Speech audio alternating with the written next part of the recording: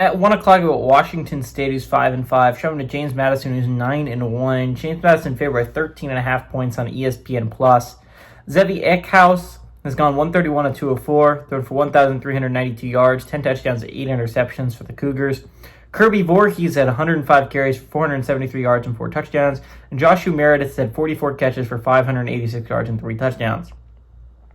Alonzo Barnett III has had gone 159 to 258, thrown for 2,089 yards, 16 touchdowns, 5 interceptions for the Dukes. Wayne Knight has had 136 carries for 840 yards and 7 touchdowns, and Landon Ellis has had 32 catches for 532 yards and 5 touchdowns. These two teams have never played each other, by the way.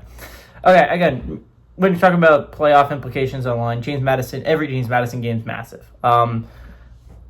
When you're looking at the teams that are truly competing for a college football playoff spot in the group of 5, there are 2 teams that stand out by far ahead of the others, and it's Tulane and James Madison. Tulane and James Madison are kind of neck and neck, and Tulane has the slight lead. I don't see James Madison being able to pass Tulane without another Tulane loss.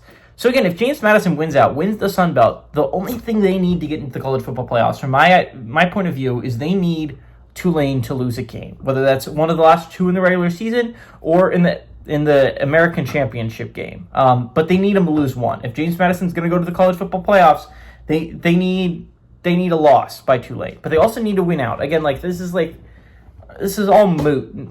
This is all for naught, right? If you don't find a way to win out, if you don't find a way to finish at 12-1 with the Sun Belt Championship underneath your belt, it doesn't really matter what Tulane does. It doesn't matter at all, actually, what Tulane does out there. If you're James Madison, you don't find a way to win out and go to 12-1 and win the Sun Belt Championship. Again, you do not control your own destiny, but it's not the most insane thing to ask. Again, loss in the regular season seems unlikely, but Navy, North Texas, or East Carolina could all do it in the playoffs. It's not inconceivable that someone could knock out Tulane, considering that Tulane is a good football team. They're a football team that I think is going to be the college football playoff rep.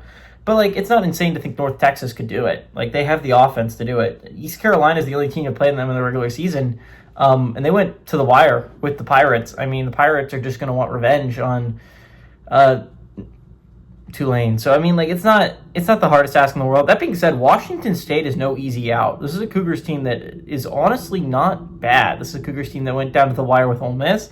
Cougars team that almost took out a Virginia Cavaliers team that could be in the college football playoffs this year, that is in my college football playoff top 12. Not only top 12, if the season ended today, they would be my ACC rep. They would be in my college football playoffs. I think they have a tie for the 11th best resume in the country. We're talking about right now. Now, again, they've played an extra game than some of these other teams. Now, again, if Georgia Tech wins today against Pitt, again, a lot of this is for naught. If they beat Pitt, Georgia Tech is easily going to have the best resume in the ACC. But I think the Cougars, honestly, they could go on the road and shock James Madison this week. They're not a bad football team. This is a big game when they're going to try to go to bowl eligibility. They need to win one of their last 2 games. And I think this is the one that they get. I think Washington State kind of pulls off a shocker, and they go on the road and upset James Madison.